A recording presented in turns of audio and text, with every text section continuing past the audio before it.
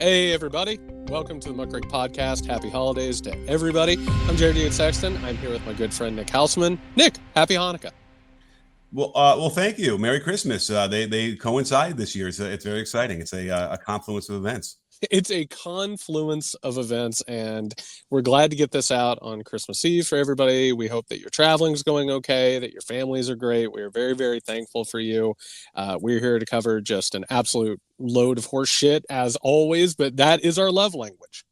What's it called when all of the planets align? Like, we need something that's not even just a confluence. It's an alignment of something that's beneficial for everybody. I don't know. Yeah, but it's like the Mercury in retrograde, but of the United States of America. Right, and then throw in some potential aliens, and we've got a happening. We've got a happening is what we've got. Everybody, we will be back on Friday with The Weekender. And a reminder, go to patreon.com/muckrake podcast. Support the show. Keep us editorially independent. There's a reason why you are flocking to independent media like us, because corporate media, quite frankly, sucks and always has. But you'll also get to listen to The Weekenders on Fridays, post with the rest of the community and support the show. Patreon.com/muckrake podcast. Also, by the way, you can give these out for gifts. You can. We are going to get all that set up very soon.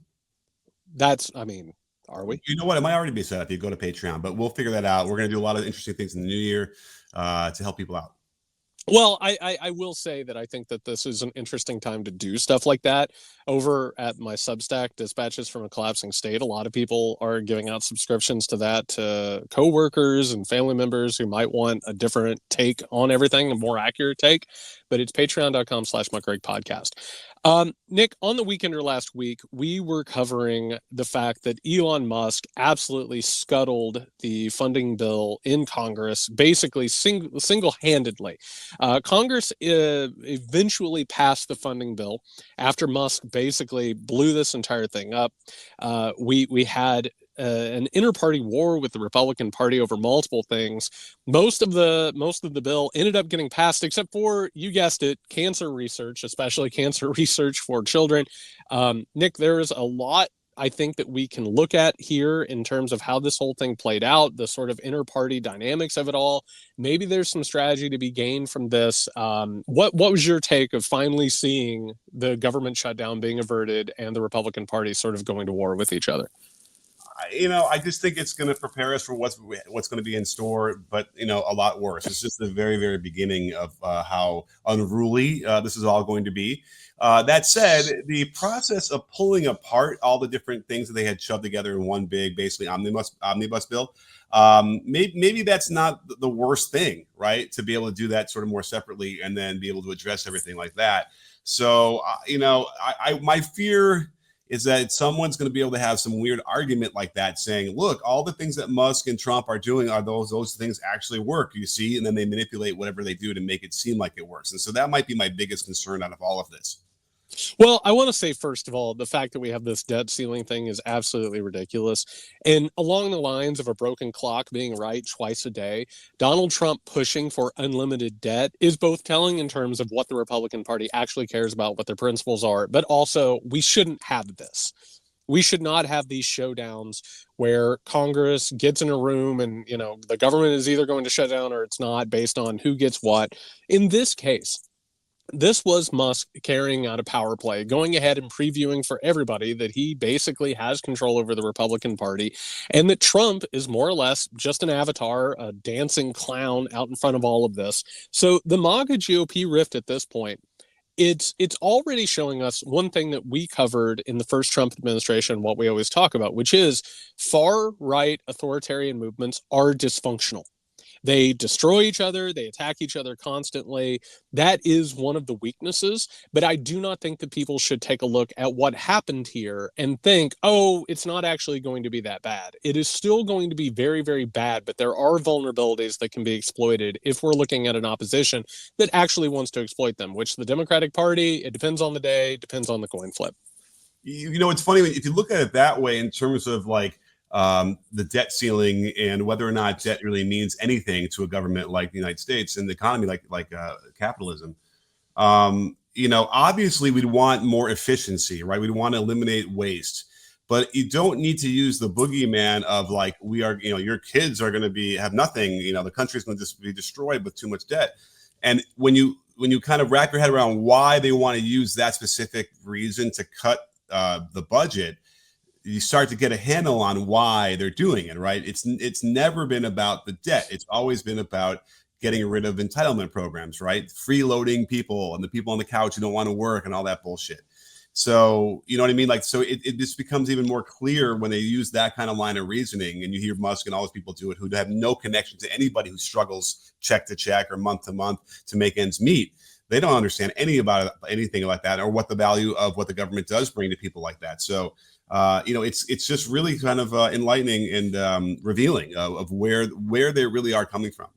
Well, it's revealing in the way that traditional politics, the narratives that we get through liberal media, especially corporate liberal media, is the idea that, oh, we really wish we could fund all this stuff. Like, I would support it in a heartbeat, but we really need to take care of the debt. Meanwhile, one of the reasons that we have a national government is to take on debt, is to go ahead and do these things. And meanwhile, the Republican Party doesn't care about debt when they're creating a war, when they're giving, historic tax cuts to the wealthy. It's a cudgel. And more or less, it's a language that's been created between the right and liberal moderates, which is, you can go out and say that you want to take care of this stuff. Like, again, cancer research for children. This is something that the government should fund, one of the few places where it actually does get funded. But meanwhile, what's actually happening here, Nick? We go ahead and get, the military taken care of. Particularly in this bill, Musk had his relationship and connections with China. That was the main thing, making sure that Tesla was going to maintain all of their little inner workings with the government. Meanwhile, all that happens is that the budget is always going to run the deficit up in the way that the Republicans want it to, and moderate liberals are able to sort of shrug and say, well, we just got to take care of the debt. Meanwhile, what is happening? The wealth class continues to get their checklist marked off one thing at a time. And again, you see the rift here between Donald Trump and Elon Musk. One person's out there talking about buying Greenland or trying to do something with the Panama Canal. I never thought I would hear about that again. And you have another guy who is essentially privatizing the government and turning it into an organ for his own enrichment and empowerment. For sure. I mean, for what it's worth, the Panama Canal could very well be related to the fact that the Trump organization is being sued in Panama now for not paying taxes. Ding, ding, ding. And so this is the other reason why the conflict of interest is so ridiculous, because we saw it already when they put Qatar, as I think it was, on a terrorist watch list because they wouldn't give money to Jared Kushner's fund. And as soon as they did, they were magically taken off that list, right? So here's another kind of thing where they're going to leverage. And we know about Greenland is because there's minerals there. Guess who needs minerals, Jared? Well, I mean, what's funny about it is actually so much of our politics revolves around resource extraction, and who is able to get a hold of that. That is also one of the reasons why there's a right-wing authoritarian international movement, because we need to make sure that certain countries have their resources and minerals available for the wealth class to extract and extort. And and by the way, let's just point out the Greenland thing also has implications when it comes to eco-fascism, which is basically rearing its ugly head right now. But you have one guy in Trump who's just out here going wild, which is what he does. And you have Musk, who is playing the long game and pulling the strings behind the scenes. Well, also, when you have a real estate guy, he sees Greenland. This is actually from the book that somebody wrote about him. I forgot which one, where he says, it's like a corner lot. He looks at it like a corner lot. There's a value to that when you want to buy a building or something, or a piece of property in a different area. So he literally he's looking at it like that too. I mean, it's insane. And you'd see the advisors who were in their meetings thinking like, this is not really serious. It's a kind of a joke, haha, whatever. But then half an hour into the meeting, they realize, no, he is dead on wanting to somehow buy Greenland, which is not going to happen. The country that right now that has it is pretty protective of it. It's not going to sell it. The other thing about the debt, though, I just wanted to make a quick point about is, it's not really debt for a lot of the things that the government has to spend money on. It's really just subsidizing the market, because we are living in capitalism. And as we all know, and we documented this and said this millions of times before, capitalism will screw anybody they can to the nth degree, to the point where they'll be willing to kill them. Amen. To extract another dollar. So that's the whole reason why we have to have subsidizing of the postal service and of Medicare and Medicaid and all manner of healthcare.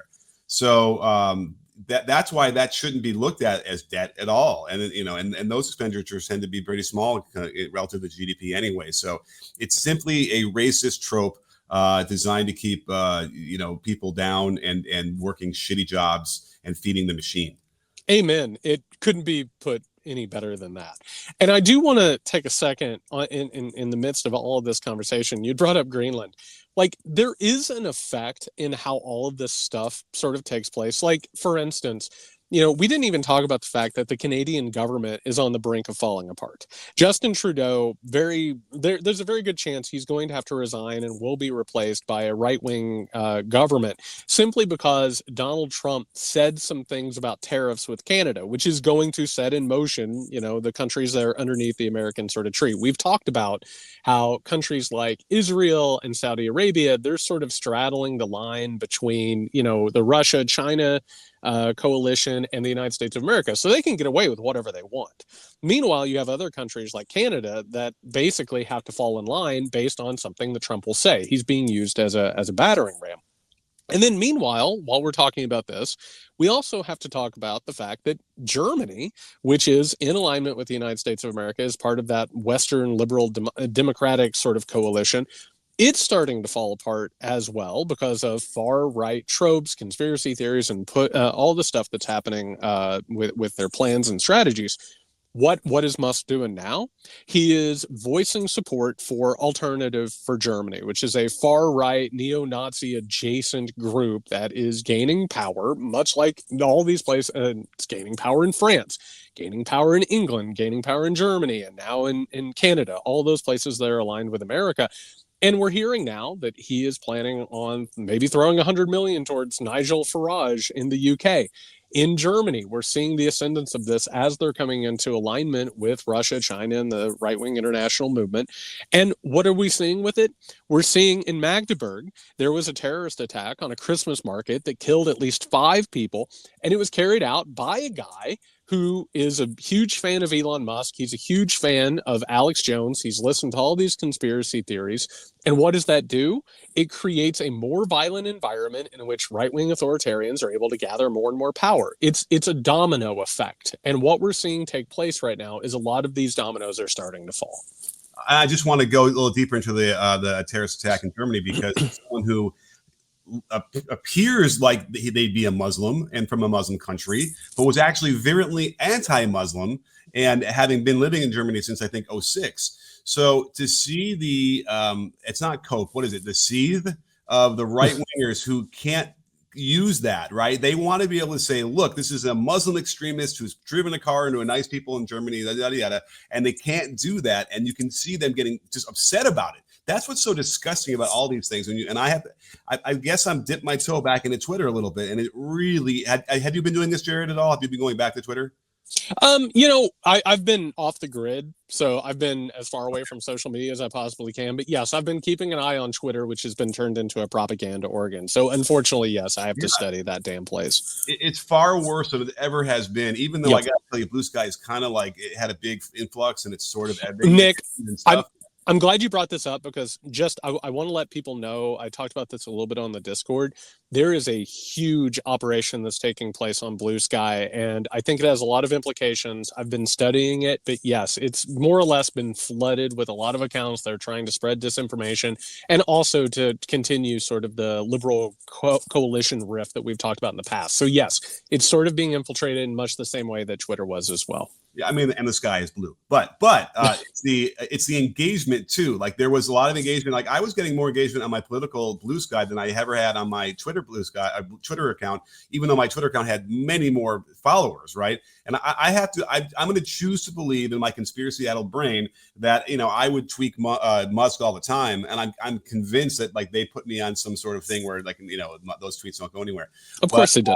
But it's starting to do something there too. So it's frustrating because one little dip of my toe back onto Twitter, and it's really disgusting. So, but again, it's important for our work because we need to monitor what they're saying, what they're feeling, and what the news on that end is reflecting. However, soul killing it can be. just so because other people probably listen to this aren't as connected to that. And it's really fascinating how the scapegoat of trying to use Muslim extremism for terrorism, when in reality, like in our country, it's usually white people who commit these horrible, the mass shootings and stuff. It really is indicative and a problem. Well, a lot of what we're seeing here, and for the record, the way that this misinformation sort of works and the way that the propaganda works is you do multiple things. There's going to be one group that's very frustrated that they can't use it for their traditional purposes, and another group's just going to do it. We saw that, of course, in Great Britain, where there was an attack and they instantly blamed it on, one person when it turns out it was another person.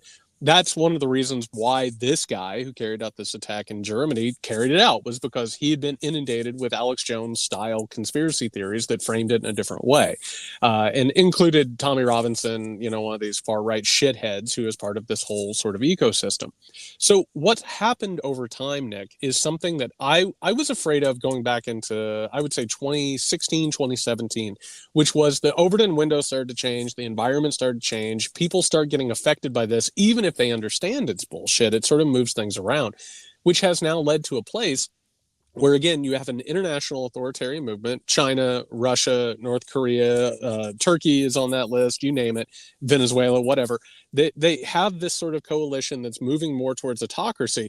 And now the liberal democracies are naturally being moved in that direction on purpose. Again, France is falling to it, Germany's falling to it, the United States of America reelected Donald Trump, Canada is starting to go in that direction. It is an assimilation, and the propaganda and misinformation that we're talking about right now has done its job. I mean, it is the equivalent, again, of playing a completely rigged game in which one team isn't playing all that hard and the other team is not just playing a rigged game. They've been playing a multifaceted 8-dimensional chess game. So we're starting to see this stuff move around. That doesn't mean it's a fait accompli. It does mean that we're going to have to push back against this stuff. And it starts with being aware of it and covering it, as opposed to just acting like everything is happening in a vacuum, which, again, is one of the reasons we do this podcast in the first place. Well, for sure. And there's a chicken and egg situation here, because what you described in terms of 8D chess is affecting the people's mindsets, but yes, the people's mindsets are also fueling a lot of this, because to imagine a political party that's steeped in neo-Nazism gaining traction in Germany, of all places, is unfathomable, mainly because they have laws against this. You're not supposed to be able to have done this. They were always very sensitive after coming out of World War II about quashing any kind of symbolism or any kind of speaking up about Nazism. And people would have argued that it was against, any kind of whatever their version of First Amendment rights are, but they didn't give a shit. They're like, we cannot spread this again. Well, that uptick in the rural, this might sound familiar, in the rural areas of Germany has become so norm that it's easy for these guys in an election year to get traction. And that's got to be the biggest concern, the biggest red flag we have right now in Europe in terms of what the political situation looks like. Yeah, and it also has to do with the fact that America has continued to decline, being taken over by these authoritarian, oligarchical, wealth class elements. And so the fish rots from the head down. And so you have all these countries that are now having to face these decisions. We sort of covered it very, very quickly, but France and Germany were having conversations about, what if America leaves NATO? What are they going to go into Ukraine and set off some sort of a fight? Meanwhile, going back to what you were talking about with debt, and again, the state is meant to accrue debt in order to carry out the business of a state. So what happens when you're in a right-wing environment, Nick? All of a sudden, you have the moderates, the moderate liberals, who have to move further and further to the right, including Macron, including Trudeau. They start having to make decisions that are based on budgets. Well, we can't support Ukraine anymore, and also we really need to take care of this immigration problem, scare quotes around it, and it continually moves the conversation to the right until you look up one day and all of a sudden a neo-Nazi adjacent party is gaining power and purchase in the same way that, we're seeing that in France, we're seeing it in the UK. It changes the dynamic over time until all of a sudden you're not even playing the same game anymore. It's completely, sort of taken care of, which is why we can't rely on these politicians anymore. And we have to do the work ourselves in creating coalitions and movements to push back against them. And there are options there, but this is how this whole thing was always going to go as long as we kept playing the same old game. Well, now it just makes me feel really sad, even just sort of picturing Biden sitting in the White House for the last few weeks of his presidency, on the precipice of what we all kind of see happening, and what is he going to do? What is he not going to do? What is he aware of what's going on? Like all these different things. It's really, it makes for a bit of a bittersweet Christmas, wouldn't you say? It does, and we'll talk a little bit about his lame duck actions in just a second. And again, it's my intention right before the inauguration to talk about his legacy. But Joe Biden is basically, and this is a sad thing to say, is the perfect president for this moment in the direction that it's going. An institutionalist who believed that it was essentially good, he was going to be able to put it right again, and all around him, this stuff is crumbling as he himself is sort of, going in his own direction. But we've been very critical of Joe Biden. Again, we call balls and strikes the way that we see them. A couple of things that have happened lame duck wise. He has now commutated 37 federal death penalty cases. This is everybody on federal death row outside of Dylan Roof, the Tree of Life shooter, and the Boston Marathon bomber. Biden has said that he is against the federal death penalty, in which I think he is correct. We have also now seen billions of dollars worth of student death that has been erased off the books. These are things that should happen. These are things that he deserves praise for. It is a little, it's a little too little, a little too late, but these are things that we do need to go ahead and praise the Biden administration for doing. We can praise him for it, but probably the only reason why it's on their mind is because we might have forgotten that when Trump was in office, they went on a killing spree. Yes. To start and just reviving, executions, federal executions across the country. So that's why they had to do it, right? Like they knew that this was going to happen, and that Trump would come in and probably has just summarily executed all of them in one shot. So it's really disgusting because there's too many instances where people ultimately turn out to be innocent of the crime that they were committed of and put to death for. So I'm all for that as well. And it's good to see he can get that still to happen. And don't forget, the commuting of the sentence doesn't mean that they're let out of prison. Yep. Yeah, that's right. And I do want to say, again, because we're calling balls and strikes where they are, I do think that it's very, very metaphorical, the fact that he commuted all these sentences except for 3. If you believe that the federal government shouldn't be putting people to death, they shouldn't be putting people to death. Dylan Roof, the Tree of Life shooter, the Boston Marathon bomber, he didn't commute those because the political pushback and fallout would be ugly. But if you do not think the federal government should be putting people to death, you don't believe it. At the same time, Donald Trump absolutely opened the floodgates on federal executions. And he has stated explicitly that he is very interested in executing drug dealers, which is something that he has learned from other authoritarians around the world. It's something that he has openly lusted after. So yes, it was a good thing to start going in this direction. But again, it sort of shows the way that Biden and his administration have sort of capitulated and tried to play safe around this stuff. And I just think it's a really good metaphor for what we've seen out of this presidency. For sure. And the right have hit him hard on a number of commutations and pardons he's given out. And it was funny because I was trying to figure out what that was and how he compared to other presidencies. And it's not so easy because he's been kind of commuting and pardoning throughout his whole presidency. So there was a moment where he pardoned a whole bunch of, I think it was it marijuana convictions from a year or two ago. And so it's like that, that number it's disingenuous when you try and, sort of accusing him of doing some weird, corrupt thing where I don't think people who are convicted of pot crimes are somehow, sending $10 million to the White House to get a pardon, like a lot of people do at the end of, presidency. So, they kind of failed in what could be a good political move for them, right? They should be able to benefit from doing what he's doing there. And instead, they're probably going to just take a lot more shit. That's exactly right. And it's the same thing that you say all the time, Nick, which is you're going to get hit regardless of what you do. It doesn't matter if you play these games with the Republicans. In fact, going back to the first segment and all this, it just moves in the direction of the Republican Party and the right wing. That's all it does. Also, on the note of student debt, because I never, ever want to miss the context for this, The student debt crisis in this country has hampered our economy.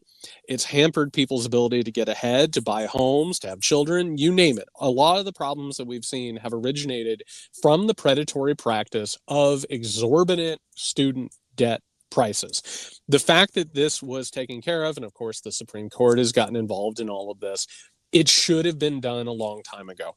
And quite frankly, while we're talking about all of it, going back to George W. Bush with the loan forgiveness program, which was a debacle, and then going into what Obama did, which was a debacle. This should have been taken care of a long time ago. But what you just brought up, which is doing the right thing and not worrying about how you're going to get dinged on it, that has been one of the major problems with the United States government, whether it's federal student debt, whether it's executions, the growth of the military industrial surveillance state, the seeding of tech corporations, which has now created this new oligarchical class, and the war on terror, the forever wars, which eventually, Joe Biden, we'll talk about Afghanistan after a while, when we do our retrospective, like those things, those cans were continually kicked down the road, and we can't understand our current moment without understanding all of the missed opportunities because people were playing quote unquote pragmatic politics with it. Yeah. I mean, I'm having a thought experiment right now thinking like, what if he actually announced, I'm only going to forgive student debt to Republicans? Oh, God. Like it would be to see the head spin, but they would still find a way, right? It would still Yep. be a horrible abomination of and misuse of power somehow. But, it's like, yeah, it's just, there's got to be a better way to be able to communicate these policies and make it clear in the face of whatever the Republicans are going to say that they're positive things that can help people. If they can't get over that, then I don't see how they get out of this, right? Because we continue to have people who have these instinctual, these self-destructive tendencies. I think we were talking about an article I had shared with you a few weeks ago about Freud, who describes the reason why we need therapy, right, Jared, is because we need to be able to channel the energy that there is a sort of instinctual self-destruction in our brains, channel that energy into a more positive way, right? That's what healthy people do, and mentally healthy people. And I think there's a lot of people on the right who lack that health. Yes, and that is, again, one of the reasons why we're in the mess that we are, is that America is an extremely unwell country. It's id versus ego is how it breaks down if people want to do a little bit of research. But when a superpower like the United States of America enters a period of decline or even sort of a manic state of spending and going around the world and quote unquote fighting evildoers, like what happens is that unwellness is exacerbated and there is a death drive that takes over. So what are we doing right now? We just had a period of moderation. That's what Democratic presidents have been reduced to in the neoliberal era. The Republicans come along, they absolutely wreck shit. And then the Democrats have to come along and they're all about reducing the deficit, which is a total myth and just sort of an imaginary boundary for them. They're the ones that kind of put things to quote unquote right to get it back to normal. And then the moment they get back to normal, you have the Republican Party come in to just wreck shit again. And everything that we've discussed, including giving more and more power to the wealth and oligarchical class, making climate change even worse, making the economy more predatory, getting in line with authoritarian movements, even things like getting rid of the FDIC protection, which was, trying to keep us from having another Great Depression. It's just back and forth. And until we move out of that cycle, this thing is just going to repeat itself, which I think is, again, one of the reasons why the Biden administration is a really, really tragic example of this cycle that we're talking about. Yeah, I agree. I mean, to run on, the old school, we're going to bring everyone back together again, kind of thing, is a broken model, and for kind of a broken down president at this point. I don't want to belabor that point, but the articles are going to be coming out, and they are already started, right, about Biden and what his role was ultimately in the White House, and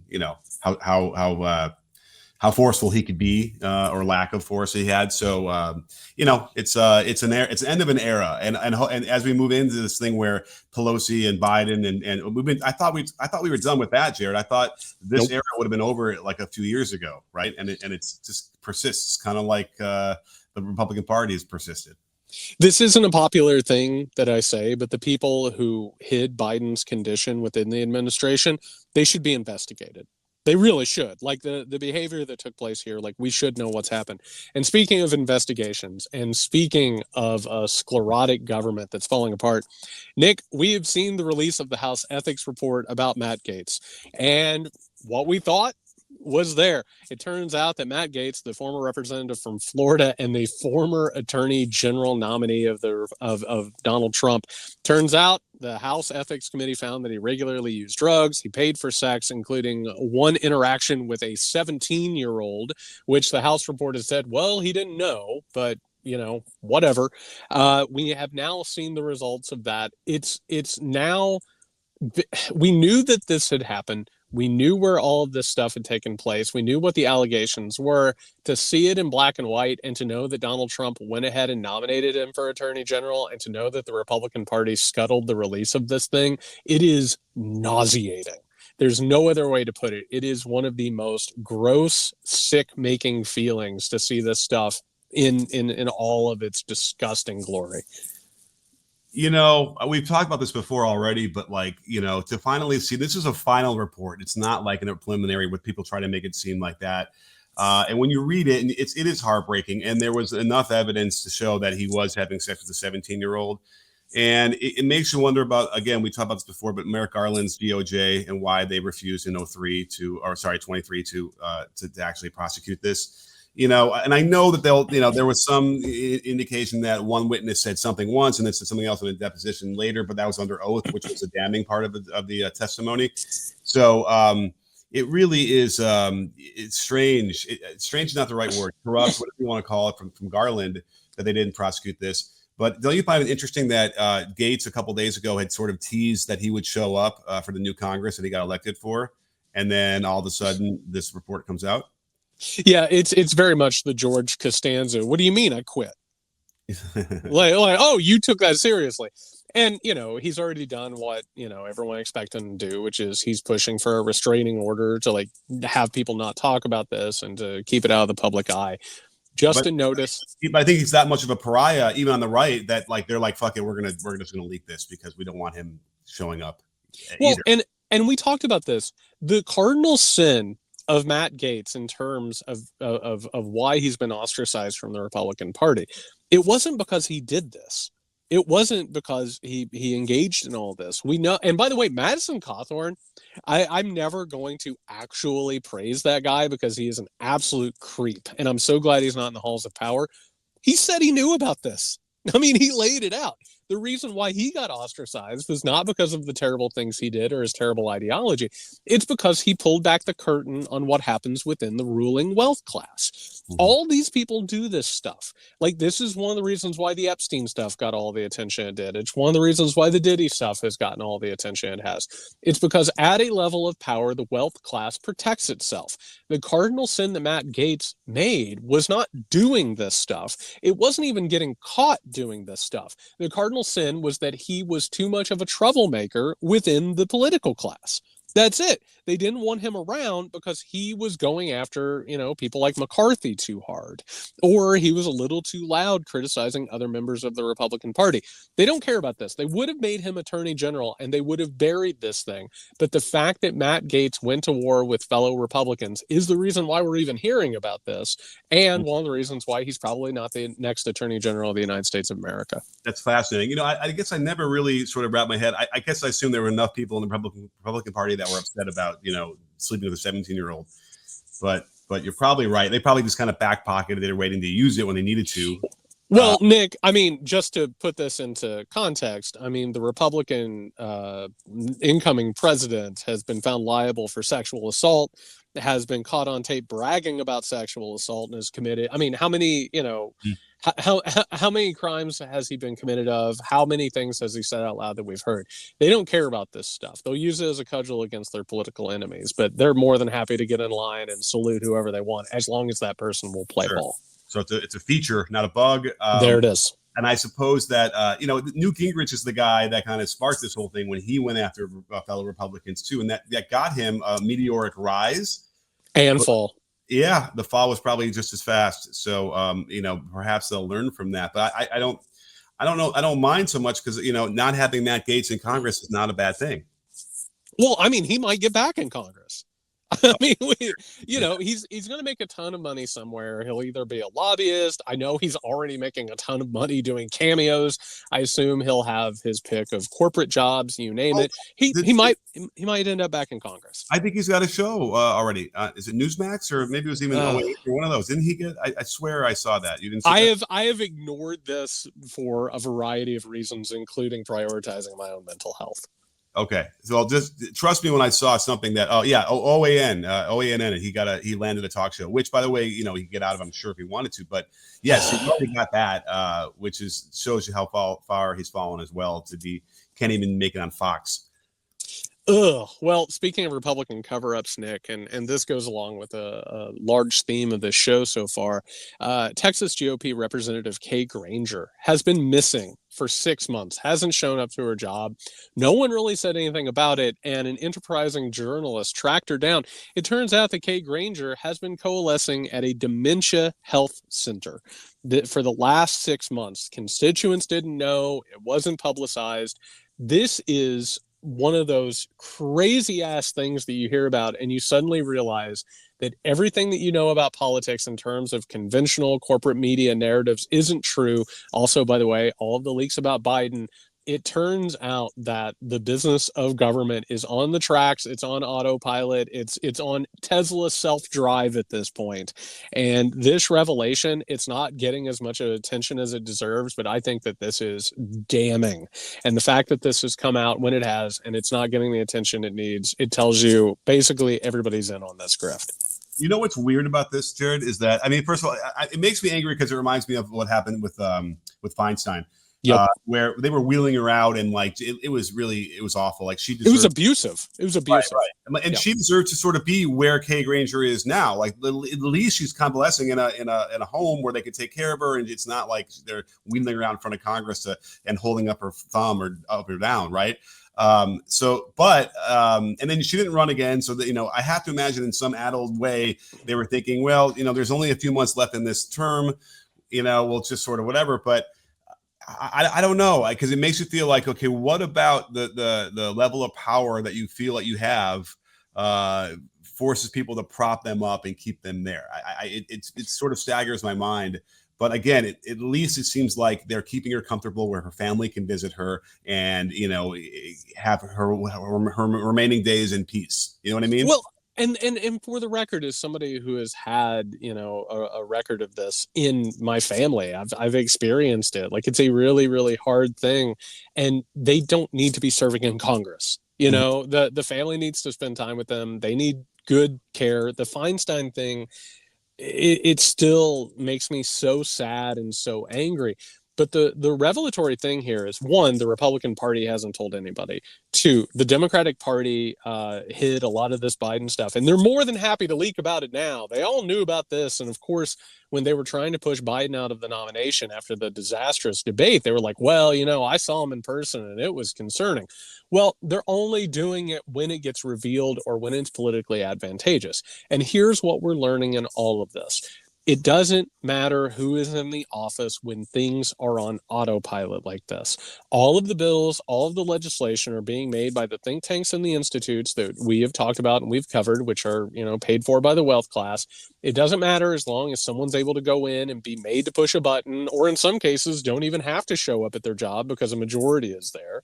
And then everything else is just sort of being turned into an organ for the continued extraction of resources and exploitation of labor. We're now seeing that come into full force with Elon Musk. What used to be subtext is now text, which is representative government has been completely and utterly corrupted and turned into an organ for the wealth class to use. And this thing right here, this should be a major, major controversy that should create a lot of self-introspection and a lot of consideration about what these parties are doing and how they're operating. But again, unfortunately, it's just sort of like one of those weird things that are like buried way, way down in terms of the daily news. Well, let's dig into the Kay Granger thing a little bit deeper because it's interesting.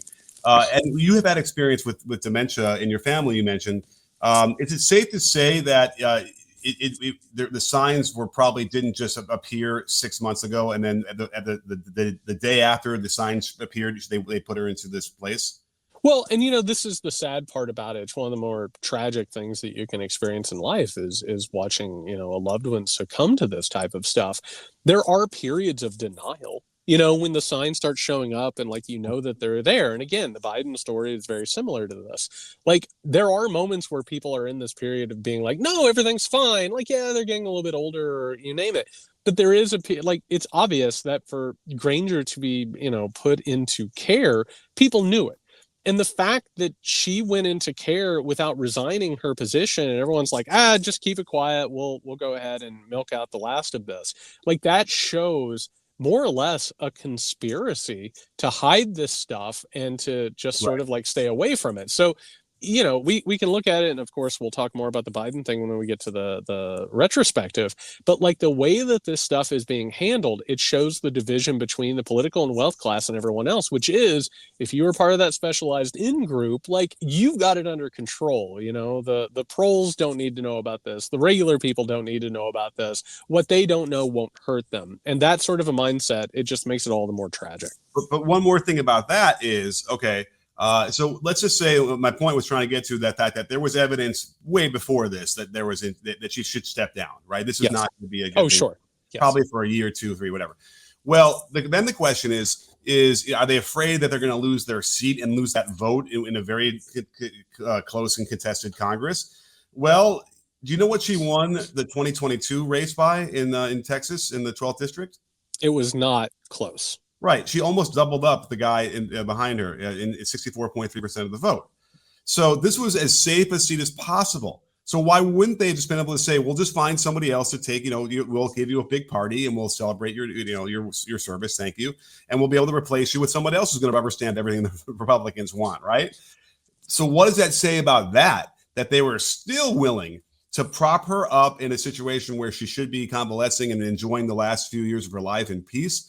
That is what's probably the most interesting thing to me there, because it's not about the votes and keeping control of Congress or keeping control of the policy. It's something deeper and probably, I guess, more nefarious, of which you just laid out the last few minutes. It's contempt. It's contempt is what it is. Like, really, when you actually take a look at politics, and this is how far things have been perverted with the decline of the United States of America. It's basically saying this representative, the people who voted for her, the people who depend on her to represent them, they don't matter. What actually matters is whatever you want. It's whatever you see as being necessary. And you're exactly right. There's actually no political advantage to this, right? The Republican Party just sort of operated without her vote. Like, it just was saying, like, this matters so little. Our representative government has been corrupted so much that we don't even care to make sure that these people are represented. It is pure, uncut, unadulterated contempt is what it is.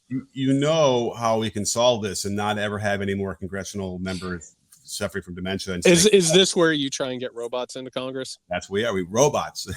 Nope. We're not going to let those people put robots in. And by the way, one of the people who would design those robots, and Nick, I just wanted to talk about this for a minute, just to do a thought experiment. Speaking of the wealth class, speaking of contempt for modern society, speaking of oligarchs, reports have now said that Jeff Bezos's upcoming marriage he's set to spend $600 million on the wedding. He refutes this. He says that he isn't actually going to spend that. It's really telling that Elon Musk came along and said, well, I hope you still have an epic wedding. Oh, these people.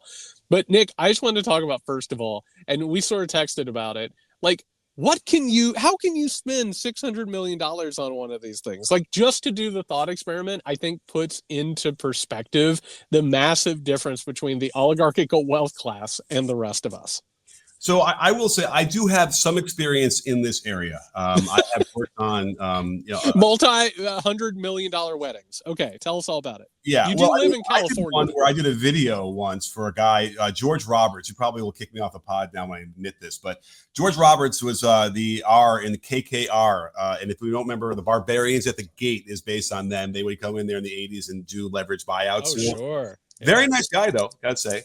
So we did a video. Well, I assume he's a nice guy when he's not, kicking you out of your job and robbing your, your corporation. Right. I mean, it was weird because, and then listen, people with that wealth, and we see like Bezos' wife, who's like is giving away, $20 billion at a time, to charities, pretty much to wash their hands, right? To make them feel better about it. But he loves South Park. We created South Park when we put him in the South Park episode, a South Park episode that we wrote with, animation and the whole thing. Like, this to give you an idea of like the scale of what this was, right? The threshold then, this was a while ago, was I think around $1 million or a couple $1 million tops for like, that's what really puts you in a class of like, incredible party where he built a barn in the middle of a field and out in, near Napa, right? So to think that you could get to 640 million, even with what inflation is, or, from 20 years ago or 15 years ago, I got to tell you, Jared, I don't think he's spending more than 100 million. Oh, well, I mean, he'll be slumming it. Bill Ackman, I hate to say that guy's name, but he quoted out saying something. It's like, the only way you can get to 600 million is if you're going to buy a home for every guest. And he's probably closer to being true than not on that one.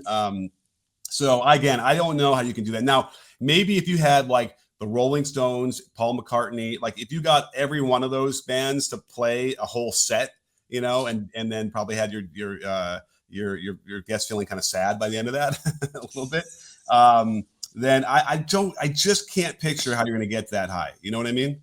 Well, okay. So a couple of things and this is one of the reasons I thought this was worthy of talking about. I think there's a couple of threads to connect here. Yeah. First of all, there is something that happens, particularly when you start going into oligarchical territory. It's court drama, right? It's where you are so separated from power. You're so separated from the actual center of power and wealth that what happens, you spend all of your time wondering what the oligarchs are doing.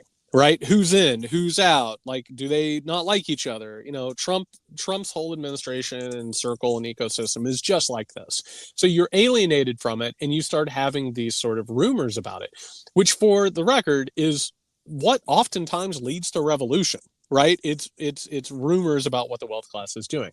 The next part of it is, personally, what I'm more used to when it comes to weddings? With my family, it's like you rent out a shelter in like a park. Mm-hmm. And like I went to a wedding one time of a family member where it was like they bought a bunch of Jell-O shots and made hot dogs, and it was a big crisis because they ran out of buns. And like my dinner ended up being a hot dog on a paper plate with a couple of Jell-O shots. Wild wedding.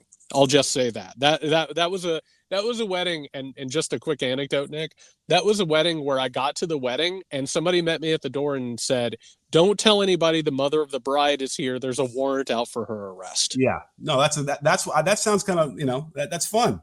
Right? That's a way of putting it, that it was quote unquote fun. But the whole point here is that at that level, when you have the amount of wealth that Jeff Bezos has, you almost have a responsibility to flaunt your wealth. And we're now entering that time period where, as the oligarchical class takes over, you have to create big displays in order to sort of like cultivate sort of the illusion of, well, not even the illusion, but a representation of the power that you have. How do you spend 600 million at a wedding? You spend it by basically just creating these big representations of your wealth in order to increase your aura, but you're also doing it more or less as sort of bribes. Right? Like, so it's like almost in the past when feudal lords or nobles or kings or whatever would hold these big pageants, it would basically be about bringing people into your circle and handing out gifts so that you can buy their loyalty. And so, yes, I could see where you could figure out a way, all kinds of creative ways to spend 600 million, but you're basically doing it to go ahead and fortify your power and to also go ahead and curry favor among subordinates and even to bribe people while you're trying to, I don't know, take over the government in totality. Yeah. Okay. I mean, and all that is absolutely right. And the number is almost like immaterial at this point, right? Because it's just going to be so disgusting, whatever it is. I did ask a friend who is also was used to be in this business. They said it's possible. I'm like, sure. Keep the 640. But they're thinking it's going to be the talent. It's going to be, you'd have to have like a multi-day thing. And again, I'm getting way in the weeds because I like, this kind of stuff, I guess.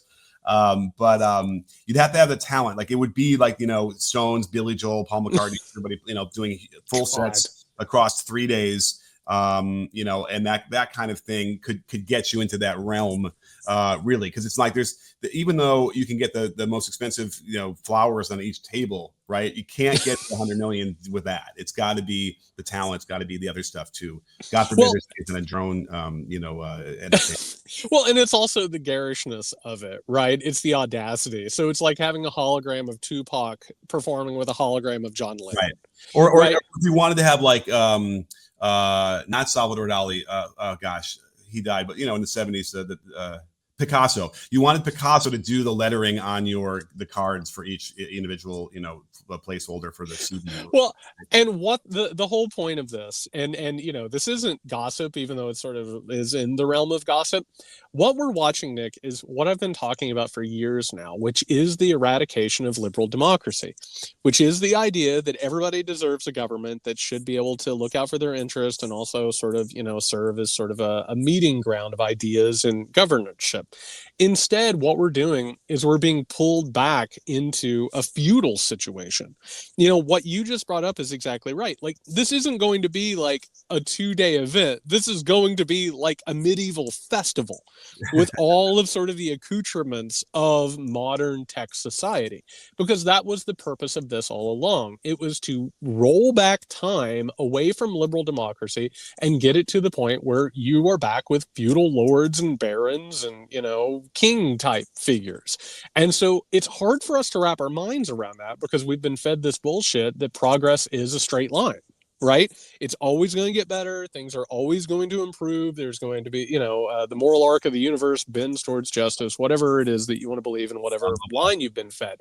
But the entire point is that people like this recognize that if you are very determined and you have the resources and you have the environment, you can roll time backwards, which is what's happening with our government. It's what's happening with our culture, and stuff like this is very indicative. And again, a perfect metaphor for all this stuff. Well, I feel compelled to put on the record that I love Renaissance fairs. I love them. I can't get enough of them. I don't know why. Maybe my youth, something about face painting when the kid, whatever it is, I love them. I don't go to enough of them. And I now need to find when the next one is in my area because. Well, the good news is that society might start to look a lot more like a Ren Fair festival. We with RFK Jr. getting in the Health and Human Services, we might start having plague doctors. Yeah. Let's get back. Why not? Wow. Yeah. But I want to lobby to have the word fair spelled with an E at the end of it. You know what? Just for you, I'm going to go ahead and make that proclamation. On the Muckrake podcast, fair is now spelled with an E. Ye old Muckrake podcast. Ye old God, I don't want to have to be broadcasting, with like a beak mask and a bunch of herbs at the bottom of the beak, right? I just, when basically the oldest person in your village is 22 years old and they're an elder. Right. Like I would rather not get there. Well, you do have the look of someone that could be pushing a cart yelling, "Bring out your dead." Wow, that's a really interesting thing for a friend to tell you in the holidays. Thank you. The guy who'd be yelling and saying, "I'm not dead yet." That's me. Well, on that note, I'm going to go off the grid again. So I'm going to go take care of myself away from all of this. Again, we wish you all happy holidays. We hope that wherever you are, whatever you're doing, that you're happy, healthy, and safe, and hopefully have good people around you who love you and take care of you. Mm-hmm. Nick, it is a joy as always. Happy holidays. Look forward to talking to you for the Weekender that will come out on Friday. Thank you. Happy holidays to everybody. Again, I hope this is a special time for people and they can find some solace and some family love. In the midst of all of this maelstrom of destruction and everything that we're covering, take the moments of joy and replenishment where you can. That is one of my biggest pieces of advice. All right, everybody, we'll be back on Friday. Reminder, patreon.com/MuckRig Gain access to the Weekender, support the show. You can find Nick on Blue Sky at Nick Hauselman. You can find me at JY Sexton. Happy holidays, everybody. Stay safe.